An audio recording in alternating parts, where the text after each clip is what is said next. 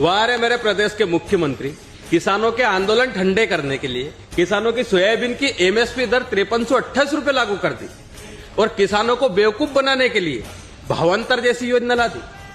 मतलब ये तो वही बात होगी ना कि ऊंट की लंबी गर्दन है तो उसे काट दो और भेड़ों के बाल काट के उनसे ही कम्बल बना के उन्हीं में बांट दो। मतलब कि सोयाबीन की एमएसपी तो लागू कर दी लेकिन भावांतर जैसी बेवकूफ बनाने वाली योजना भी किसानों के लिए ला दी और मॉडल भाव तय कर दिया 4600 रुपए क्विंटल।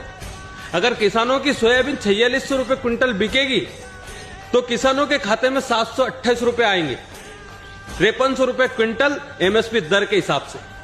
और किसान की सोयाबीन अगर 3600 रुपए क्विंटल बिकी तो भी किसान के खाते में भावांतर के हिसाब से 728 रुपए आएंगे। और किसान की सोयाबीन अगर 5000 बिकी तो किसान के खाते में 328 रुपए भावांतर योजना के आएंगे। लेकिन पीला मोजेक की वजह से किसानों की सोयाबीन की क्वालिटी नहीं बन पाई, बारिश इतनी हुई कि किसानों की सोयाबीन दागी हो गई।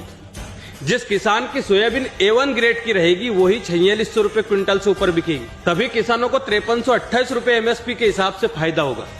जिस किसान की सोयाबीन A1 ग्रेड की नहीं होगी वो 4600 रुपए क्विंटल से नीचे ही जाएगी, तो उस किसान को तो घाटा है। मतलब 50% किसानों को भावांतर जैसी योजनाओं का लाभ नहीं मिल पाएगा। और सरकार को पता है कि किसानों की मजबूरी है कि किसान सोयाबीन रोक नहीं सकता, किसानों को सोयाबीन बेचनी ही होगी क्योंकि अगली फसल की तैयारी भी करना है, सोयाबीन की फसल में जो लागत लगी वो भी देना है और त्योहार भी सामने आ रहे हैं। तो किसान सोयाबीन बेचने मंडी में जाएगा, भीड़ बढ़ेगी, व्यापारी किसानों की सोयाबीन को दांतों तले दबा के 4 सेकंड में 1 2 3 कर देगा और किसानों की सोयाबीन मॉडल भाव तक भी नहीं बिकेगी, 4300 बिकेगी।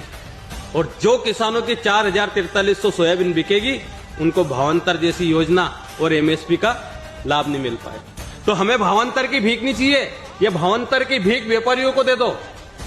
हमें एमएसपी की गारंटी चाहिए कि किसानों की सोयाबीन एमएसपी से ऊपर बिकना चाहिए, नीचे नहीं। इस मिट्टी के साथ जुड़े हैं फर्ज मोहब्बत रोटी रोजी फर्ज